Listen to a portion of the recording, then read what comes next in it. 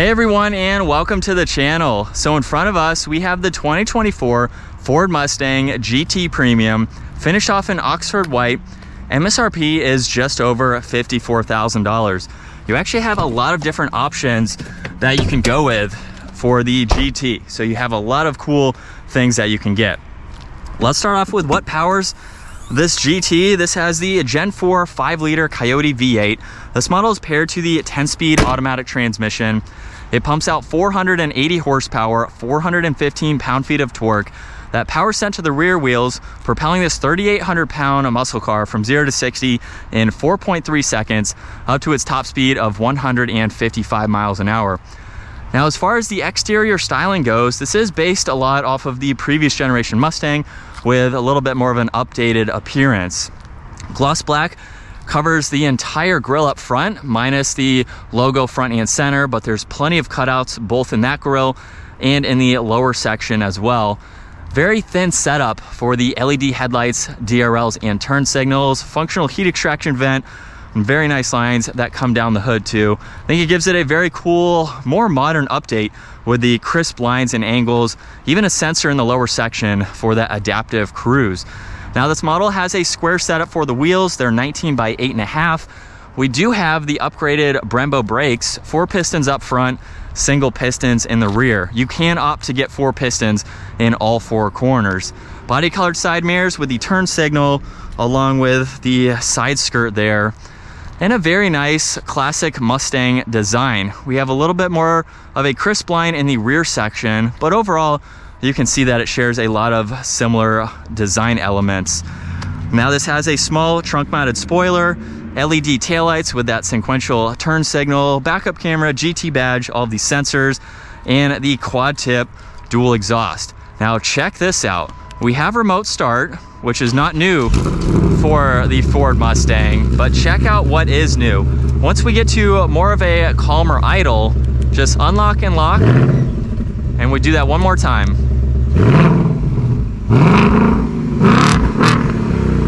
How cool is that? Then you can shut it off. You're not even in the car, so no one will know. If you have the key, you can rev this up.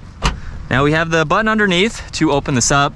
A lot of storage space for the Mustang. You can fold the back seats down. This model has a spare tire underneath the floor. And so you have a very practical, everyday style vehicle.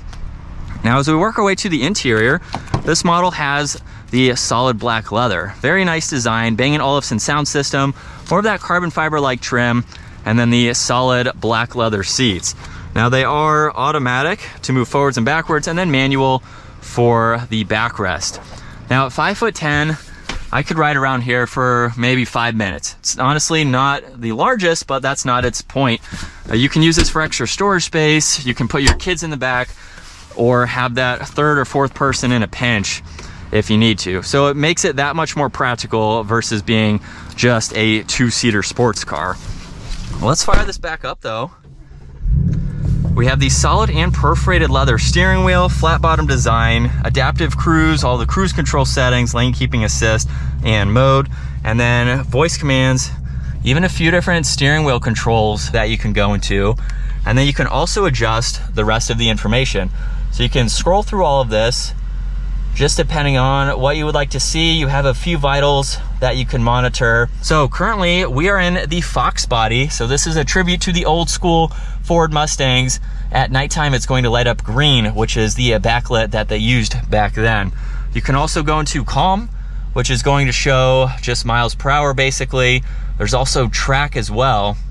And then you have sport, and the last one is normal. Now we also have steering wheel mounted paddle shifters for this, trunk release, headlight controls, and dimmer switches. And then coming back to the infotainment system. Let's go back to the home screen. We'll come back to some of those there, where we have this split view, navigation along with phone and audio. And then you also have settings, features, and apps on this right side. So if we start with settings there, just a bunch of general information. You can go into valet mode, center display, and you can configure all of that as needed. You can also swipe through some more info on this right side. If we go back to features, you have My Mustang driver assistance. You can still go through that same information. And then you can also get into apps. Apple CarPlay, Android Auto. And if you want to pull up something on this right side, let's say you're on the nav, you really need to see it in full screen, you can quickly swap it over and you still have that info on that right side. Now in the lower section, all of this is fixed. So as you can tell, heated and ventilated seats, we have temperature controls, heated steering wheel, fan speed, where you would like the air to go. All of that is always accessible no matter where you are in that upper screen. 2 air vents are underneath that. And then we also have the engine start stop button, volume and tuning, that shortcut I showed earlier. There's traction control, hazards. There's even a favorites, so you can pull that up and edit it. And then we have another defroster. Now this does have wireless charging. There's some more auxiliaries. And then with the 10-speed automatic, we'll put it into reverse, backup camera with all the guidelines, and then drive in the manual setting. We have the electronic handbrake down below there, along with 2 cup holders, a little bit of storage in the center armrest with an auxiliary, and then plenty of space in the glove box as well. Rear view mirror, garage door buttons, even a sunglass holder too. And then a pretty good look at visibility over both shoulders. So it's really easy to see in all directions. And from second gear, here we go. I love how quick those shifts are. If you're not a manual transmission type of person, which you can get the 6-speed manual, this seems to be a really nice transmission to row through the gears and have that control with what gears that you're in. Now you can't upshift at a certain speed, of course, but even going through these downshifts, super quick. Now we have a left-hander with the standard suspension and plenty of power to get out of the turns. So it's a quick vehicle. If you're looking for that V8, this is a good option to go with. I really like these seats too. You can opt for the Recaros if you want a little bit more of a sport bucket seat, but in these, very comfortable. I don't have any complaints with them for the miles that I'm doing today. But overall, I think this is a good, I'd say well-refined Ford Mustang. If you own a previous model, let me know your thoughts with what you think about the new Mustang, if you've been able to drive one to really give some of that ownership experience between both of them. It seems very similar to the previous models that I've been able to drive. But that is going to wrap it up for the 2024 Ford Mustang GT Premium. Once again, huge shout out to Mooresville Ford for providing this Mustang for me today. Check out their website. That link is down in the description. Give the video a huge thumbs up if you enjoyed it, and consider smashing that subscribe button so you guys don't miss out on our daily uploads. I will see you all in the next video.